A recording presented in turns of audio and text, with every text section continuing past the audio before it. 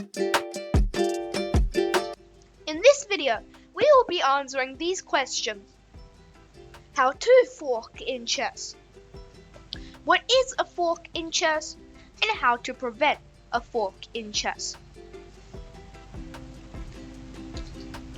Please make sure you watch the previous videos on chess before this one, because you'll learn many more concepts in chess which will turn you from zero to hero. I'll leave the link of those chess videos in the description below. Now onto the video. Today we are going to be learning about forks. Now, what are forks? Are they the same utensil that you use to eat your chicken? Or are they a different type of thing, or different type of object, tactic, whatever in chess? Well, the answer is yes. Now, forks are super, ultra, mega, well, very similar to double attacks. They're practically the same thing. So you're going to be seeing a lot, and I mean a lot of the same concepts.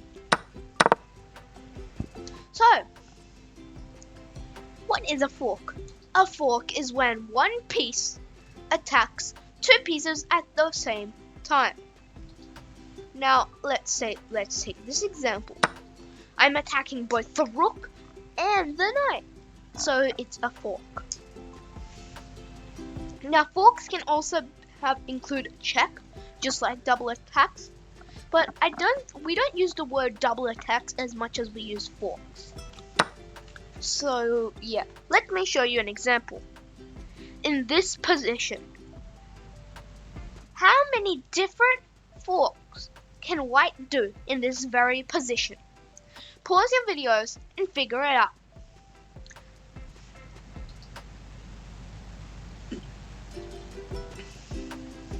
Well, the answer is, well, I'm gonna go through it with you.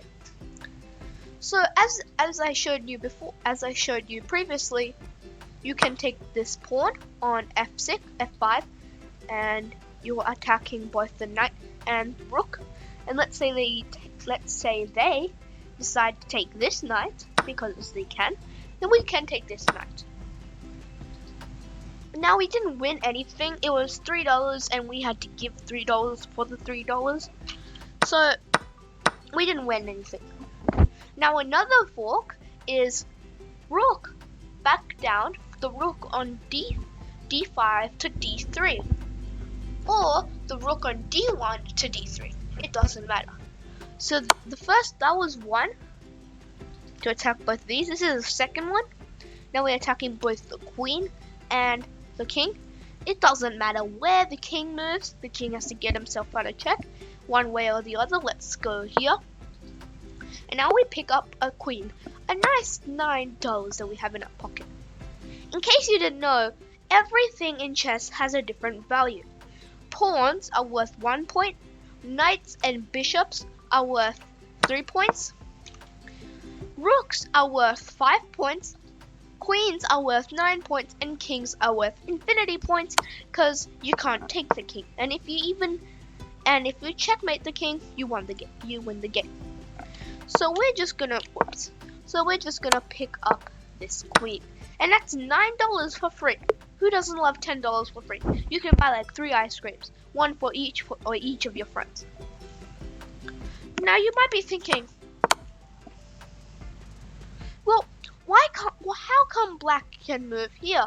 After the check, how come black can move up? Pawns attack diagonally, remember? How did the computer allow this? Is everything wrong? Is this all just a myth and a controversy? Don't worry. This is because the pawn on g5 is going up this way. And now on the squares on these edges, the ones that I've highlighted here, you can't see them now, but there's actually numbers and letters to display what row and what column each of the pieces are on. So it's practically a 64 by 8 grid, not a 64 by 8. 64, that's way too big. In total, there's 64 different squares. Now, white starts on the first and second ranks or rows or ranks as we call them in chess, and black starts on the 8th and the 7th. Now, pawns go only up and attack diagonally one square. So this pawn started on the second rank and went up and up and up. And as you can see now, it aligns perfectly with the pawn on g5.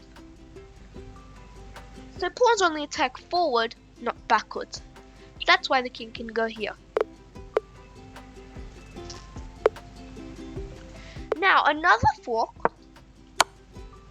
is a pawn up to g6, and now we're attacking both knights.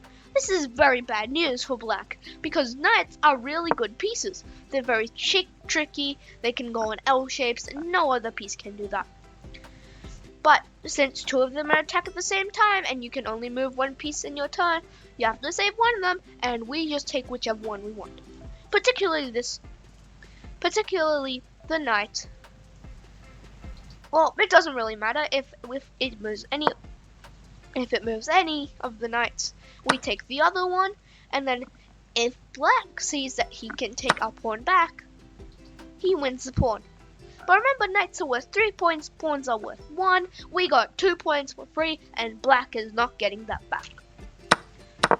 Now another fork is moving this rook to f5, which attacks both the king and the knight, and you have to save the king, because if it is check, you have to move the king no matter what. Now, as you probably could tell, rooks, this king cannot go backwards. It cannot go backwards because rooks attack in a straight line. If you go backwards one square, well, you'll still be in check. So we can only go to 5 different squares, these ones that I've highlighted here. Not that one, these. So let's say we move over to the side. Now we could take, I don't know why you would do this, you would take the pawn on f5, because the queen is protecting the knight. Because if I take, the queen comes and takes our rook. Now rooks are worth 5 points, knights are worth 3, and now we just lost 2 points. And just like black lost 2 points, we're not getting our 2 points back ever again. And another one, and the best fork you could possibly do, is you could move the knight to d4, and now it's attacking black's entire army. In case you didn't know, knights move in an L shape, and they are the most powerful in the middle of the board. As you can see, they can attack these 8 squares. 6 out of the 8 squares have a black piece on them that we can take. One of them is a king, which we can't take, but since it is check, it is better because the king has to move, and what black cannot save any of the other pieces. No matter what black does, even if it tries to move closer, to just try and attack our knight, which it won't anyway, because there are 2 rooks, 2 very powerful rooks defending it. We just swoop in and take this queen. We just got 9 points, a whole queen. It's like when you're walking down the street and then you find $5 bill and two $2 bills, 2 coins, $2 coins. You just found $9 and you're going to the shop to buy some ice cream. Yay. More ice cream. So that's the first position. Now in this second one, this is probably the most common fork of all time in chess. It happens when you move your knight from its starting row on G1, and you move it to F3. Then you move your knight again to G5, where it currently is right now. And then after that you move your bishop. First you move the pawn to E4. Then after that, since you can move your bishop now, you move the bishop to C4. Now the whole idea of this is to attack this pawn on f7. These 2 pawns, the f7 pawn and the f2 pawn, are a really, really, really weak pawn. They're really weak. This is because A, they're very close to the king. If you took with the queen and there was a piece defending it, that would be checkmate. And also because it only has one defender, the king. If you look to this pawn on these 2 pawns, the c7 and the c2 pawn, yes, they are only protected by the queen, but the queen is a very powerful piece, unlike the king. The king cannot put himself in check. The queen can put herself in danger. Now, our whole idea is so that when we take with either piece, Black's king cannot take us back because we have a defender. There are 2 attackers and 1 defender, meaning Black cannot take back with the king because you cannot put yourself in check. Let's say Black doesn't see it and, does what he should do. I just gave him 4 knights accidentally, didn't I? Let's say he moves another one of the 4 knights. Well, he can't.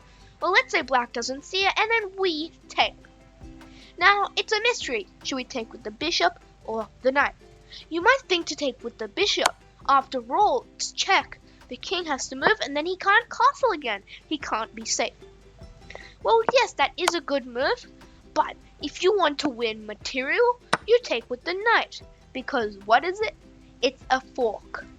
The knight is attacking both the queen and the rook. The king is the only defender and cannot take because there will be check. And Black has to save the queen because the queen is worth $9, not 5 like the rook is. So now we take the rook because knights go in an L shape. And no matter what Black does, let's say they push the pawn, we just go back.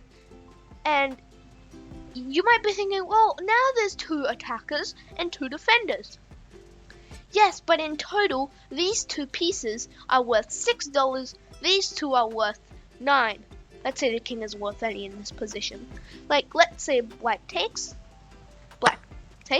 and then if we take back, the king can take. Yes, it did cost us 2 pieces, but we got 2 pieces for a whole queen. We are going to win because we have the extra $3. So now that you know how to fork in chess, all you need to do is practice, practice, practice to master forking in real life and in chess. Write down your top learning in the comment box below. I'll see you in the next lesson. Bye!